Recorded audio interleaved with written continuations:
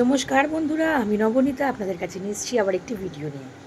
আগের দিনের ভিডিওতে আমি আপনাদের দেখিয়েছিলাম আমাদের পাড়ার তারা মায়ের পুজোর প্রস্তুতি পর্ব।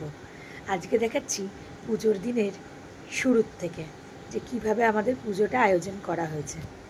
প্রত্যেক বছরের ন্যায় এই বছরও মন্দিরটিকে খুব সুন্দরভাবে সাজানো হয়েছে। তারা মাকেও সুন্দরভাবে সমস্ত গয়নাগাটি দিয়ে, নতুন বস্ত্র দিয়ে মাকে সাজানো হয়ে গেছে। মা আমাদের সেজে গুজে সুন্দরভাবে নিজে আসর গ্রহণ করেছেন। পাশেই বসে আছেন আমাদের মায়ের বামদেব, সবথেকে পরম ভক্ত। তাকেও নতুন বস্ত্র পরিয়ে দিয়ে পাশে বসানো হয়েছে। ওই যে দেখা যাচ্ছে বামদেবকে, আমাদের বামদেবকে লাল বস্ত্র পরিয়ে বসানো হয়েছে। তার পাশে রয়েছেন স্বয়ং ভোলানাথ।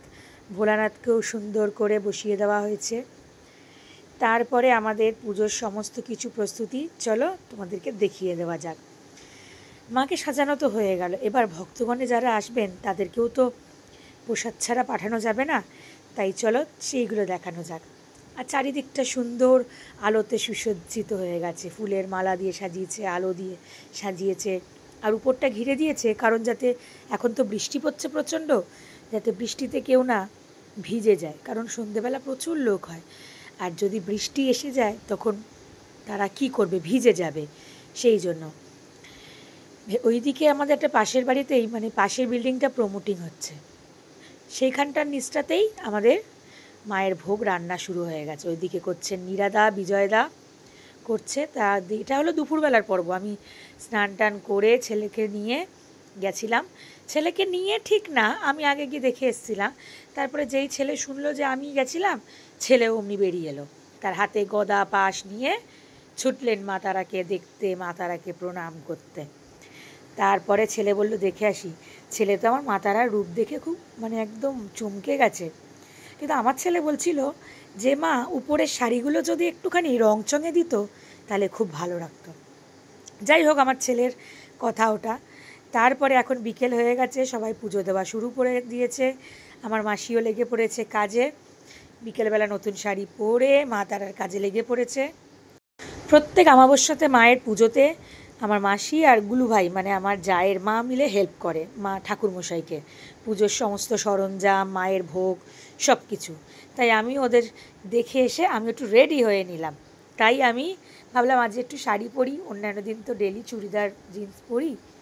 তাই আমি ফুলের প্যাকেট আর মিষ্টির প্যাকেট নিয়ে চললাম আমাদের তারা মায়ের কাছে আজকের বিশেষ দিনের পুজো দিতে। তারপরে গুঞ্জনদাকে ফুলের মালাগুলো দিলাম। গুঞ্জনদা ঠাকুরকে পরিয়ে দিলেন, দিয়ে মিষ্টি প্যাকেটগুলো নাম্বারিং করে রেখে দিলাম।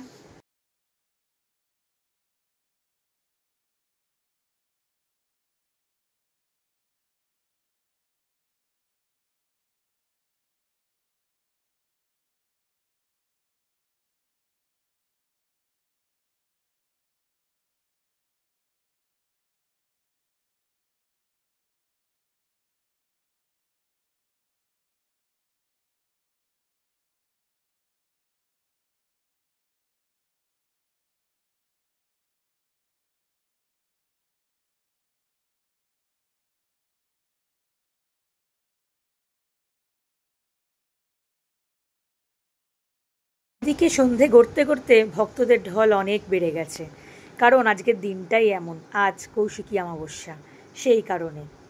এদিকে দেখো সবাই দাঁড়িয়ে রয়েছে, আমার মাসির মেয়ে চলে এসছে, তারপরে আমার ননদ, সব বৌদিরা, আমার মা, সবাই এসে গেছে। এটা কাকিমা, আমার শাশুড়ি, আমার মাসুতো দিদির শাশুড়ি, এদিকে আমার ছেলে আর ওর বোনি মিলে খেলছে।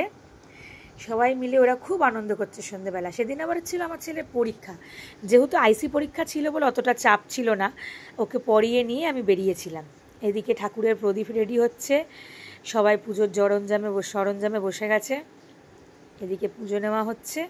মোট কথা সেদিনকে সন্ধ্যেটা খুব ভালো কেটেছে, খুবই ভালো। বাচ্চাগুলোও খুব আনন্দ করছিল, আর এদিকে তো আমার বোনঝি আমাকে বলছে তোমাকে মাসি ডাকবো, তোমাকে পিসি ডাকবো, তোমাকে মাসি ডাকবো, কী করছে। সত্যি কথা বলতে সেদিনকে সন্ধ্যেটা ছিল দারুণ, মন জুড়ে যাবার মতো। যেমন মা তারার পুজো হয়েছে, আর তেমন আমাদেরও খুব ভালো লেগেছে। এই দিনটা, বছরের দিনকে আমরা, বছরের এই দিনটাতে আমরা খুব আনন্দ করি। সবাই আসে, যে যেখানেই থাকুক সবাই এসে আমরা ঠাকুরের পুজো করি, খুব আনন্দ হয়। তারপরে সেজে গুজে মানে সবাই আসে পুজো দিতে, খুব ভালো লাগে। পুজো শুরু হয়ে গিয়েছে, সবাই ঘন্টা বাজাচ্ছে, কেউ কাসর বাজাচ্ছে, সবাই ভাগাভাগি করে নিয়েছে। বয়স্ক মানুষরাও প্রচুর এসেছিলেন। তারপরে আমাদের এখানে প্রচুর মান্যগণ্য ব্যক্তিরা এসছেন, মহিলারা এসছেন, কাউন্সিলররা, তারা সবাই এসেছেন, এসে পুজো দর্শন করে গেছে, প্রসাদ নিয়ে গেছেন। দাদা সবাইকে ইনভাইট করেছিল। ওই যে সবুজ কালারের পাঞ্জাবি পরা যে দাঁড়িয়ে রয়েছেন, ওটি আমার ভাসুর। উনি হলেন আমাদের এখানকার সেক্রেটারি মহাশয়। উনি সবাইকে ইনভাইট করেছিলেন, সমস্ত গণ্যমান্য ব্যক্তিদের। সবাই এসছেন, প্রসাদ গ্রহণ করেছেন। কারণ এইদিকে তারা মায়ের মন্দির আমাদের এই চত্বরে খুব একটা নেই, এই আমাদের এটাই যা আছেন। তাই দূর দূরান্ত থেকে লোকেরা আমাদের এই তারা মায়ের মন্দিরেই আসেন পুজো দিতে। তারপরে পুজোর ভোগ বিতরণী শুরু।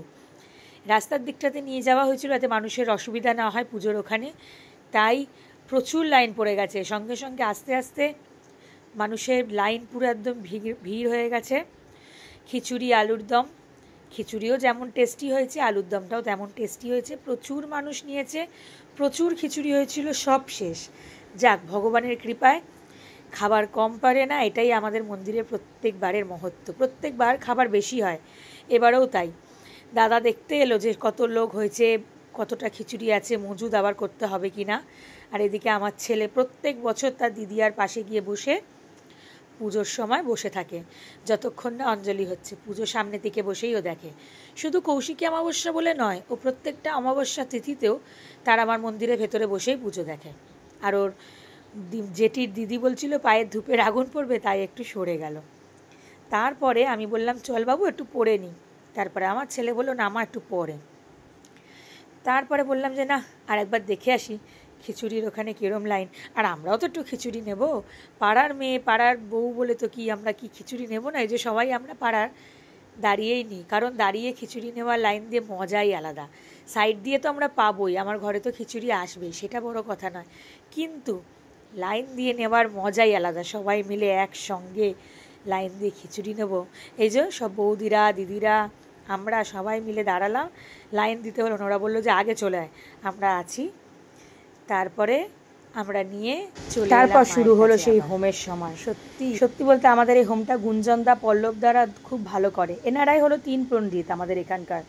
প্রচুর লোক আছে, কিন্তু এই গুঞ্জন আর পল্লব মানে যে হোমে বসেছে আর যে এই যে পেছন ঘুরে দাঁড়িয়ে আছে কোমরে হাত দিয়ে, তাদের পুজো হলো অসাধারণ। আমাদের বাড়ির সমস্ত পুজো, লক্ষ্মী পুজো, বিশ্বকর্মা পুজো, নারায়ণ পুজো, যত রকমের আমরা পুজো করি বা যেরমি কাজ লাগুক, এই গুঞ্জন আর পল্লবদাকে দিয়েই আমরা করাই।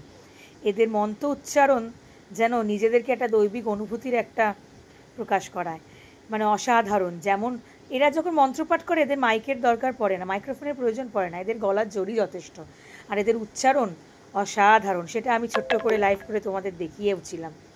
এই শুরু হলো সেই সুন্দর মুহূর্ত। আমার ছেলে বসে পড়েছে কাসর নিয়ে, বলছে মা কাসরটা ওরা বাজাচ্ছিল, বললো তুই বাজাবি? আমার ছেলের খুব আনন্দ, কাসর বাজাবে।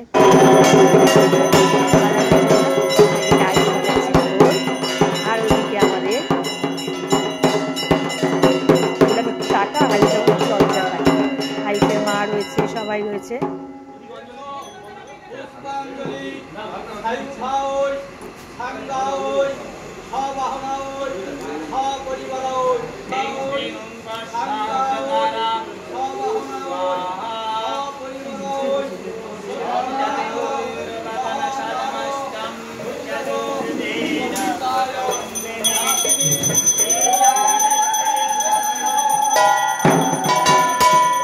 বাজা